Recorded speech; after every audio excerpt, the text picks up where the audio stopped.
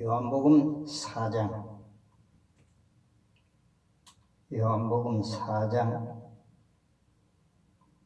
23절에서 24절 말씀입니다. 요한복음 4장 23절에서 24절까지 말씀을 제가 읽겠습니다. 아버지께 참으로 예배하는 자들은 신령과 진정으로 예배할 때가 오나니 곧 이때라. 아버지께서는 이렇게 자기에게 예배하는 자들을 찾으시느니라. 하나님은 영이시니 예배하는 자가 신령과 진정으로 예배할지니라. 이 시대에 꼭 필요한 성도라면, 하나님의 백성이라면, 예수를 믿는 사람이라면 꼭 알아야 할 내용입니다. 예배를 이렇게 드리는 사람을 하나님께서 찾으신다. 이렇게 아버지께서는 이렇게 자기에게 예배하는 자들을 찾으시느니라. 매우 중요한 말씀입니다. 오늘 예배에 대해서 말씀을 드릴까 합니다. 구약에서는 예배가 아니고 제사였는데, 제사를 다 드렸지만은 하나님께서 받으시는 제사가 있고 받지 않으시는 제사가 있었습니다. 아벨과 가인의 제사부터 쭉 내려오면서 구약 역사를 통해서 보면은 하나님께서 받지 아니하는 제사를 드리니까 하나님께서 선지자들을 통해서 지적을 했습니다. 이거 고쳐라. 이렇게 고쳐라. 선지자들의 말을 듣지 않으니까 하나님께서는 재앙을 내리기도 하시고, 또 재앙을 내려도 고쳐지지 않으니까 이웃나라가 침략해 와서 종으로 끌려가서 많은 고생을 하게 해서 뉘우치고 제대로 깨닫게 하시고 다시 고국으로 돌려보냈는데, 또 역시 그들은 하나님이 원하시는 제사를 드리지 아니했습니다. 그래서 마침내 하나님께서는 포기하셨는 것인지 성경에 하나님의 말씀을 중단해 버렸습니다. 이거 고치라, 이거 고치라. 말라기 선지자를 통해서 계속 말라기 선지자에게 말씀을 하시다가 400여 년 동안 하나님께서는 중단시키셨습니다. 말씀하시는 것을. 그리고 요한계시록 11장 1절에도 보면은, 물론 구약에 그런 말씀들이 많이 나오지만 짧은 시간에 다 말씀드릴 수는 없고, 요한계시록에 보면은 우리의 신앙을, 믿음을 경배하는 자들을 청량한다는 말씀도 있습니다. 그리고 오늘 본문 여기서는 신령과 진정으로 예배하는 자들을 하나님께서 찾으신다 말씀하셨습니다. 그리고 당대에 유명했던 사도 바울이나 혹은 요한복음 3장 5절에서 나오는 3장에 나오고 있는 니고데모 같은 사람도 예수님에게 하늘나라에 가려면은 내가 어떻게 해야 되겠습니까? 라고 물었을 때, 물과 성령으로 거듭나지 아니하면 하나님의 나라에 갈 수 없다. 이렇게 예수님께서 말씀하시고, 기도를 마태복음 7장 21절에서 보면은 주여 주여 기도를 열심히 아무리 했지만은 그 사람들은 도무지 모른다. 그렇게 말씀하실 것을 말씀하시고, 주의 이름으로 능력도 행했어요. 주의 이름으로 막 귀신을 쫓아내고 능력도 주의 이름으로 했단 말이에요. 그렇지만은 도무지 그들을 내가 알지 못한다. 예수님께서 이렇게 하셨던 것을 성경에서 찾아볼 수가 있습니다. 그래서 우리가 이 세상에서 눈으로 볼 때 주여 주여 열심히 기도하고 성경을 막 유창하게 잘 전하고 또 암송까지 하고 무슨 내가 이런 뭐 앞에 뒤에 말씀을 드리겠습니다마는 어떤 위치에 있다 할지라도 하나님께서는 도무지 나는 모른다 외면하실 것을 성경에 말씀하시고, 오늘 예배에 대해서도 이렇게 예배를 많은 사람들이 드리고 있지만은 그 예배를 하나님이 다 받으시는 것이 아니고 하나님께서는 이렇게 예배 드리는 사람들을 찾아다니신다. 찾아서 하나님께서 예배를 받으신다. 그랬습니다. 영으로 성령께서 편만하게 세계 곳곳에 어디든지 흩어져서 하나님께 예배하는 자를 감독하시고 또 지켜보시고 하나님께 기뻐하실 수 있도록 성령께서 역사하시는 교회가 있고 또 개인이 있고 그렇지 아니하는 개인도 있다는 말씀입니다. 예배드릴 때 우리가 기도를 합니다. 기도를 할 때 어떤 사람은 눈을 뜨고 하기도 하고 어떤 사람들은 감고 하기도 해요. 우리나라는 대체적으로 다 눈을 감고 기도하는 줄 아는데, 제가 교회 주일학교 선생으로 일할 때 어린 시절 이야기입니다. 몇십 년 전 이야기인데 강단에서 그 후에는 눈을 뜨고 강단의 목사님을 지켜본 적은 없습니다. 그때 외국에서 오신 한국말을 유창하게 잘하시는 선교사님이 와서 저희 교회에서 제가 어린 시절 주일학교 2년부 교사로 있었을 때 선교사님이 주일 야대배를 말씀을 전하시는데 이제 기도하는 시간이 됐는데 밖에 운동장에서 교회 앞 마당에서 요즘 같으면 뭐 차가 많이 들어서니까 그렇게 시끄러울 수도 없겠는데 그 당시에는 그냥 마당이 있어도 텅 비어 있었어요. 그러니까 주일에 학생들이 그냥 막 거기서 공을 차고 막 노는 거죠. 그러니까 예배 시간에 선교사님이 올라가서 이제 말씀 전하기 전에 기도를 하시는데 너무 큰 소리로 막 야 이리 차라고 하고 막 떠들고 이러다 보니까 예배하는데 찬송 부를 때는 몰랐는데 기도하려고 조용한데 그 소리가 너무 크게 들려서 제가 자리에서 살며시 일어나서 교회 문을 열고 가서 아이들한테 이야기했습니다. 모였어요.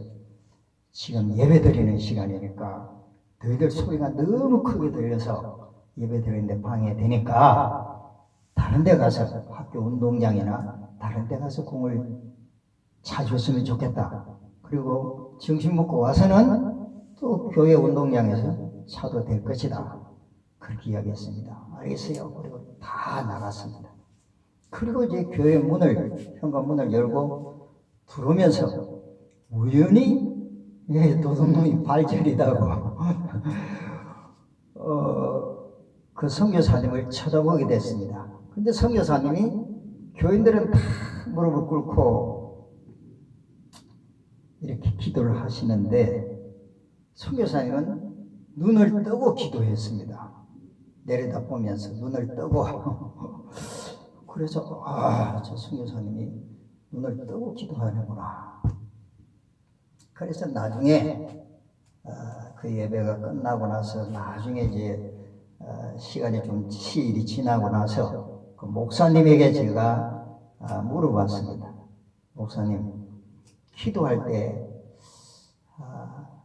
눈을 떠도 되는 겁니까? 물어봤어요.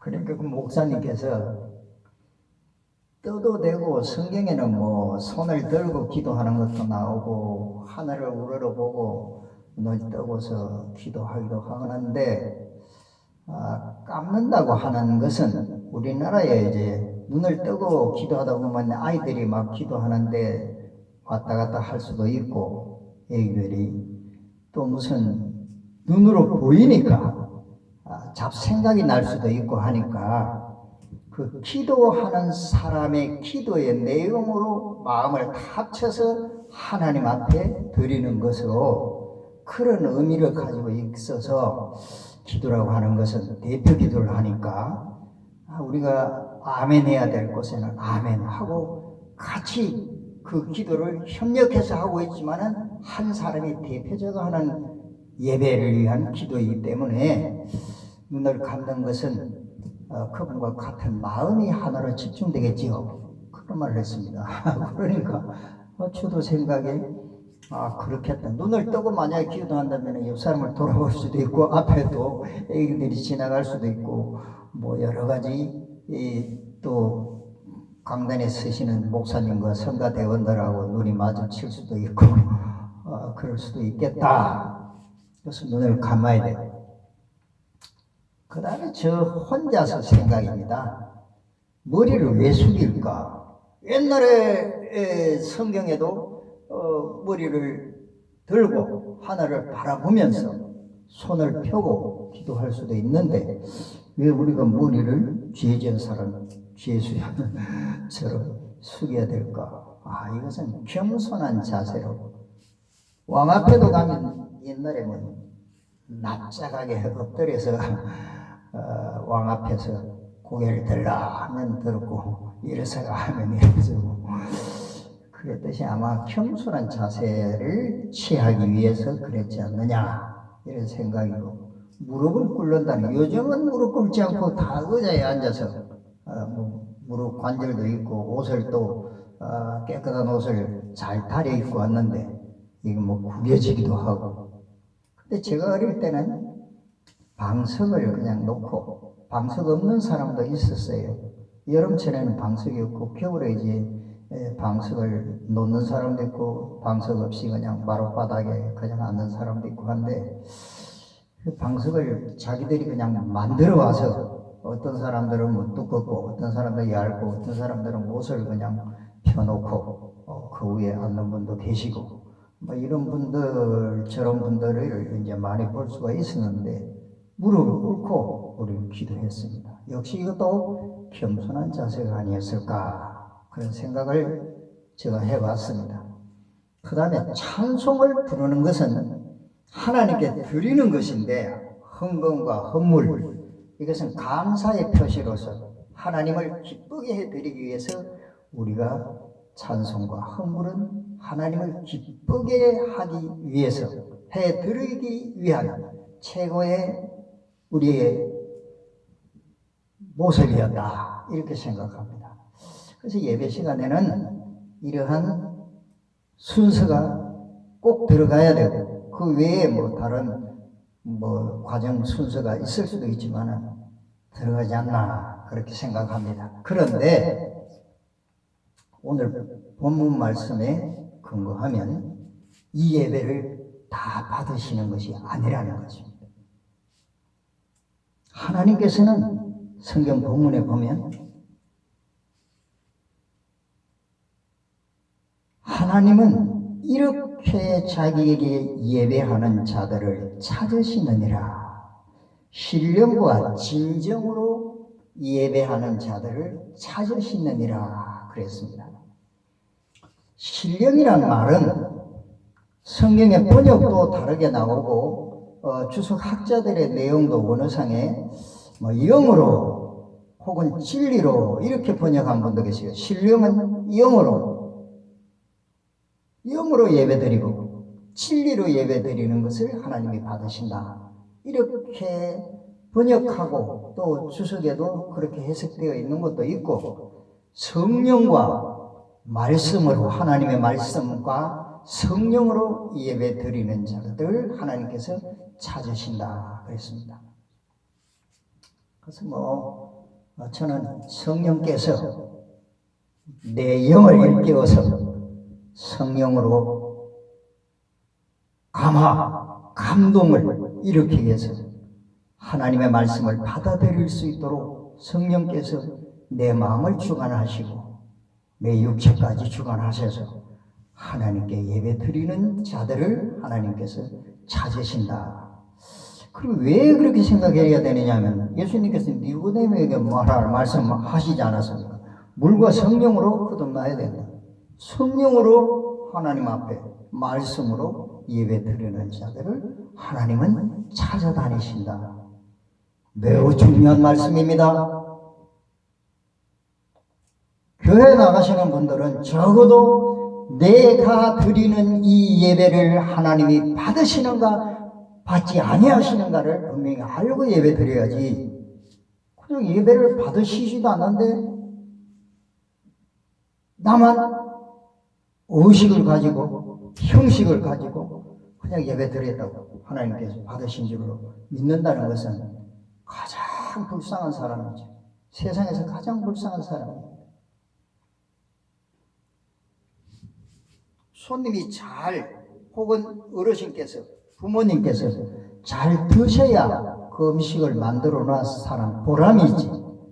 그냥 잘 차려놨는데 쳐다보지 않고 그냥 나가셨다면 얼마나 불쾌하겠어요. 얼마나 섭섭하겠어요. 이럴 수가 있는 거. 내가 솜씨가 너무 없는 거. 손님 만약에 사업을 하는 사람이라면 두 번 다시 그 손님 안 오시겠지요. 집에 어른들 같으면은 다음에는 밥상 차리기가 걱정이 되겠지요.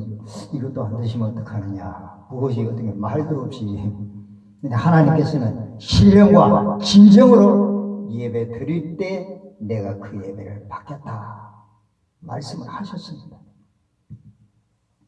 우리는 무엇 중심으로 예배를 드립니까? 처음에 교회 나가시는 분들이 어떤 교회를 찾으십니까? 신령과 진정으로 내가 예배 드리기 위해서 그 전에 교회를 정해야 되는데, 큰 교회, 사람이 많은 교회, 또 어떤 지도자가 훌륭하신 박사학위가 몇 개가 되고 아주 텔레비전에도 나오고 훌륭한 그런 목사님 교회에 내가 나가야지. 성경에는 그런 말씀이 없어요. 신령과 진정으로 예배 드리는 자의 예배를 하나님께서 받으신다 그랬습니다. 지금 교회에 못 나가고 병상에 계시는 분들이나 또 무슨 교회에 나갈 형편이 못 돼서 또 어떤 문제로 독감 때문에 뭐 바이러스 때문에 교회에 못 나가신다면 혼자서 예배 드리십시오. 성경을 읽고 성경을 의지하고 찬송하고 신령과 진정으로 예배하는 자를 찾으신다 하나님 말씀을 그렇게 하셨기 때문에 우리는 지금 외부적인 것을, 외모적인 것을 많이 따지지 않습니까? 앞에 말씀드린 바대로 우리가 육신적으로는 뭘 생각해요? 맛집을 찾아서, 메이커를 찾아서, 유행되는 상품을 찾아서. 그런데 하나님께서는 외모를 보지 않는다 그래서 사무엘상 16장 한 절 보겠습니다. 사무엘상 16장에 보면은 이런 말씀이 있습니다.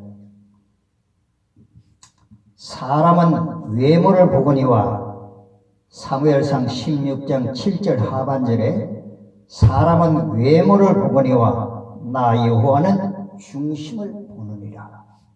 사람들은 외모, 외부적인 모든 조건들, 아름답고 웅장하고 아주 이쁘고 또 내가 학식이 많고 훈장을 많이 받아야 했고, 훈장이라는 건 뭡니까? 졸업장이겠죠. 상장. 그런 것을 중요시하지만은 이력서를 보고 나서 하나님은 중심을 본다.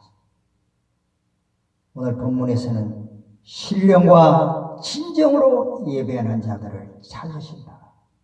그 예배를 내가 받겠다. 그 예배도 내가 받겠다. 하나님께서는 찾는 사람이 있다 그랬어요.